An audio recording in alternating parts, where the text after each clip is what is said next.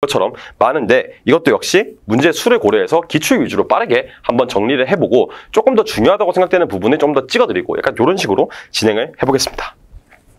자, 429페이지고요. 1번 갑니다. 총칙. 총칙의 1번은 근로복지 정책의 기본 원칙입니다. 그래서 방가로 1번 보시면요. 근로복지 돼 있죠. 그리고 옆에 괄호 열고 임금 근로시간 등 기본적인 근로조건은 제외 여기 밑줄 그으십시오. 이런 것들을 통해서 근로의욕의 증진, 참여기회 확대 등등을 통해서 아랫줄에 삶의 질 향상을 목적으로 한다. 밑줄 그으시고요. 사실 근로자의 경제사회 활동의 참여기회 확대, 근로의욕의 증진 및 삶의 질 향상을 목적 이렇게 되어 있는데 사실 앞에 있는 내용들을 조금 더 크게 포괄적으로 이렇게 얘기를 하는 게 삶의 질이라고 생각해요. 그 삶의 질 향상을 목적으로 한다라고 생각을 하시면 되겠고요. 방가로 2번. 이런 거에 따라가지고 차별받지 않도록 해야 되고, 방가로 3번 보시면 복지 향상을 위한 지원을 할 때는 중소, 영세기업 근로자, 기간제, 단시간, 파견, 그리고 하수급인이 고용하는 근로자, 저소득 근로자, 장기근속 근로자, 이 다 누굽니까?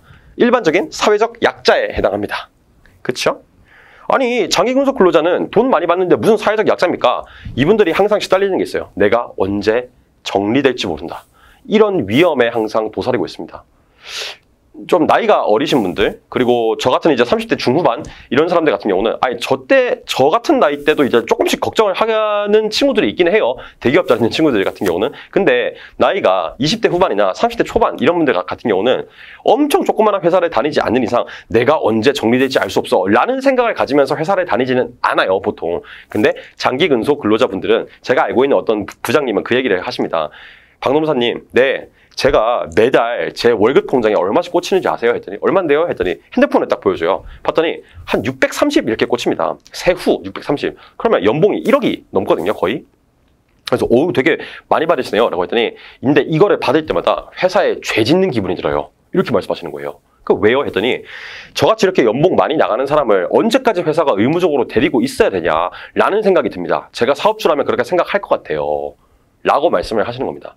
그리고 또 제가 실제 인사팀에서 근무를 할 때 급여 대장은 사업장별로 매월 작성하게 돼 있잖아요. 그렇죠?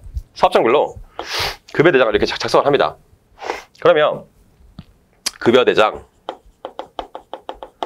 이렇게 되어 있고 여기 이름, 직급 돼 있고 여기 금액이 쭉 나와요. 근데 위쪽에 이사님한테 보고를 할 때는 일반적으로 급여 대장을 그냥 보관을 할 때는 그냥 부서별로 이렇게 나와 있습니다. 그래서 경영지원부, 인사팀, 재무팀 이렇게 쭉 나와 있는데 보고할 때는 이렇게 안 나와 있고요. 이렇게 안 나와 있고 오름차순을 해요. 오름차순을 해서 급여가 많이 나가는 분부터 이렇게 나오게 되어 있습니다. 왜 이렇게 보고를 하라고 할까요? 누가 급여를 많이 받는지, 그리고 조금 잔인하게 얘기를 하면 누가 받는 급여에 비해서 생산성이 낮은지를 판별하기 위해서 그렇겠죠. 이 급여 대장은 이사님이나 전무님이나 상무님이나 사장님 이런 분들이 보시는 거예요.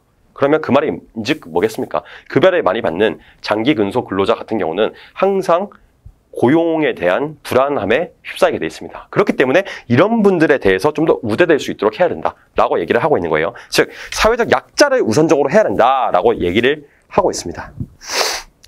2번 갑니다. 사업주 및 노동조합의 책무예요.